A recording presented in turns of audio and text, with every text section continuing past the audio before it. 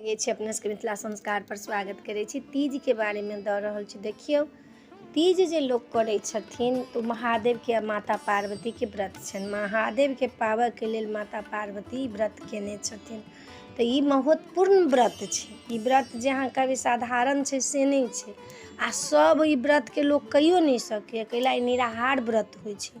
आब तऽ अपन अपन जते लोग छै तते वेद छै। आब देखै छी नेट देख कऽ फालतू बात सब धरैत रहै छै लोग के नेट देख कऽ तखन लोग अपने सब आब भऽ गेलै पंडित, अपने सब करऽ लगलै। तऽ सब में पानि चला देलकै या फल चला देलकै। लेकिन तीज समय, जितिया समय, एहि समय जे छै से फल पानि नहीं छै। एहि समय जे छै से अहाँके निराहार रहऽ पड़ै छै। सनातन धर्म किया बनलै? तऽ एहिमे माता पार्वती जे छथिन से महादेव के लेल व्रत केने छथिन। आ अपनो सब करै छी। एहि कलयुगो में होइए। आइ अहाँके सतयुगे से शुरू भऽ गेलै, आइ से नहीं। तऽ सतयुग से शुरू भेलै तऽ कलयुगो तक चलै छै। अहू व्रत के अहाँ निमाह प्रवाह करू। एहिमे नए साड़ी, नए कपड़ा, नए चूड़ी, नए लहठी, चौड़चनो महीना नए लऽ कऽ हाथ उठै छै। आहू में नए लऽ कऽ हाथ उठै छै। तऽ ताहि दुआरे नए सब चीज लोग करैए। आ नए लऽ कऽ लोग पूजा करैए।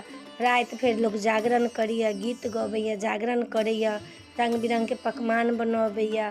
आ तखन ई व्रत करिए। भोर पंडित के बजा कऽ लोग ई बालू के पिंडी बनबिए माता गौरी के, महादेव के। तखन सब श्रृंगार लऽ कऽ सबटा लऽ कऽ पूजा करिए। सात श्रृंगार लोग अपने करैए जे महादेव बर हमरा भेटो, महादेव सन के बर भेटो, हमर सुहाग अमर रहो। विवाह भेला के बाद हमर बच्चा सब, संतान सब हमर नीक रहो, संतान सब हमर नीक से रहो। हम एहि लाई व्रत करि रहल छी। महादेव से मांगै छथिन। आ देवो के देव महादेव, जे महादेव के व्रत करथिन से छै नहीं किछु छनि तऽ लोग पानिओ नहीं पीबै, नहीं कथुए तऽ ओहिना व्रत कऽ लिअ।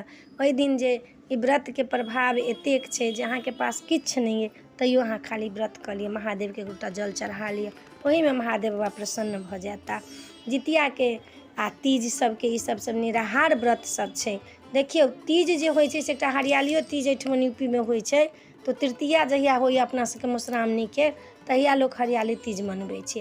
आ ई तीज भादव के जे तीज छै से माता गौरी जे छथिन पार्वती से मनेने छथिन, ताहि लऽ कऽ अपना सब मना रहल छी।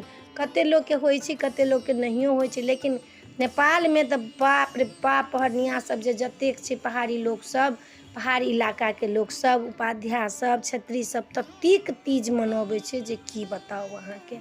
खाली तीजे तीज रहत, ततेक मनबै छै से। आ अपना सबके सेहो इंडियो नेपाल सब में तीज के बड्ड महत्व है। नेपाल के जे पहाड़ के लोग सब छै से सब, पहाड़ी सब, से सब अपना ढंग से मनबै छै। इंडियन लोग अपना ढंग से मनबै छै। तराई के लोग अपना ढंग से मनबै छै। सबके अपन अपन कल्चर छै। लेकिन ई व्रत जे छै तीज से महादेव के छनि, गौरी के छनि। ताहि दुआरे ई व्रत करू अपने सब गोटा करू। पहाड़ियो सब करै छै, सब गोटा करू। ई व्रत के छोड़ू नहीं। आ बड्ड महत्वपूर्ण व्रत छै। जिन कुमारियो कन्या नेपाल में पहाड़ी लोग सब में करै छै। आ एहिठमन तऽ विवाह भेल लोग करै छै जे नीक बर, नीक घर, महादेव जकाँ भेटे, देवो के देव महादेव।